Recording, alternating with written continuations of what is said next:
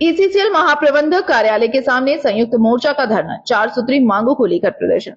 अपनी 4 सूत्री मांगों को लेकर सोमवार को संयुक्त मोर्चा के बैनर तले ईसीसीएल महाप्रबंधक कार्यालय के मुख्य गेट के सामने जोरदार धरना प्रदर्शन किया गया।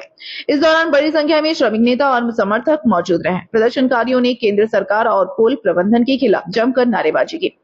धरने को संबोधित करते हुए झारखंड मजदूर कोयलवरी यूनियन के अध्यक्ष झामुमो, धनबाद जिला अध्यक्ष लकी सोरेन ने कहा कि केंद्र सरकार कोयला मजदूरों की समस्याओं को गंभीरता से ले और उनकी जायज मांगों का जल्द समाधान करे। उन्होंने कहा कि मजदूरों के अधिकार, रोजगार और सुविधाओं से जुड़े मुद्दों पर किसी भी तरह की अनदेखी बर्दाश्त नहीं की जाएगी। संयुक्त मोर्चा की ओर से 4 प्रमुख मांगे रखी गई हैं। इनमें JBCCL 12 का गठन, चारों लेबर कोड को रद्द करना, बंद पड़ी भूमिगत खदानों का विभागीय स्तर पर संचालन शुरू करना तथा राजपुरा और बरमुड़ी OCP में पर्याप्त मैन पावर और मशीनरी उपलब्ध कराकर मशीनीकरण बढ़ाना और उत्पादन में तेजी लाना शामिल है। प्रदर्शनकारियों का कहना था कि कोयला उद्योग में मजदूरों की समस्याओं का समाधान प्राथमिकता के आधार पर किया जाना चाहिए। नेताओं ने कर्मचारियों के कथित शोषण और उत्पीड़न को तत्काल बंद करने की मांग भी उठाई। उनका कहना था कि कर्मचारियों की समस्याओं का समाधान नियमों के अनुसार किया जाए और किसी भी कर्मचारी के साथ भेदभाव नहीं होना चाहिए।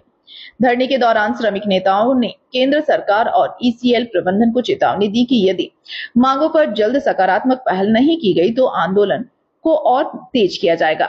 नेताओं ने कहा कि मजदूरों के अधिकारों से जुड़े मुद्दों को लेकर आने वाले दिनों में व्यापक आंदोलन किया जा सकता है। वहीं इस धरने में BCKU और BMS के शामिल नहीं होने को लेकर श्रमिक और राजनीतिक संगठनों के बीच चर्चा तेज हो गई है। संयुक्त मोर्चा के मंच पर दोनों संगठनों की अनुपस्थिति को लेकर तरह तरह की कयास लगाए जा रहे हैं। हालांकि दोनों संगठनों की ओर से इस संबंध में अब तक कोई आधिकारिक प्रतिक्रिया सामने नहीं आई है।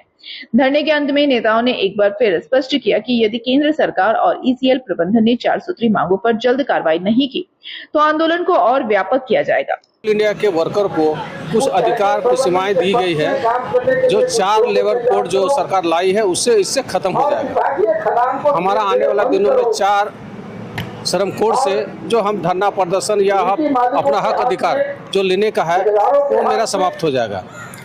अभी हमारा 12वां वेतन बोर्ड जो 11वां वेतन बोर्ड या जून में खत्म हो चुका, जुलाई से हमारा लागू हो गया, लेकिन आज तक उसको बैठक की आवश्यकता केंद्र सरकार, कोल इंडिया के मंत्री ये जरूरी नहीं समझ रहे हैं कि कोल इंडिया के वर्करों का वेतन समझौता करना है, ये अभी तक नहीं शुरू हुआ। इसलिए कोल इंडिया के तमाम मजदूर, खासकर मुगमा एरिया के आज जो हम लोग यहाँ धरना प्रदर्शन कर रहे हैं, ये दिखाने के काम कर रहे हैं कि हमारा जो हक अधिकार है वो जल्द से जल्द लागू किया जाए। 12वां आज लोकल स्तर पर जिस तरह का हम लोग देख रहे हैं कि तरह तरह के माइंस हमारा बंद हो रहा है, बहुत से माइंस बंद किया जा रहा है और जो माइंस बंद किया जा रहा है उसको प्राइवेट रूप में दिया जा रहा है। तो इससे कहीं ना कहीं कोल इंडिया के मजदूरों का बहुत बड़ा हक छीना जा रहा है।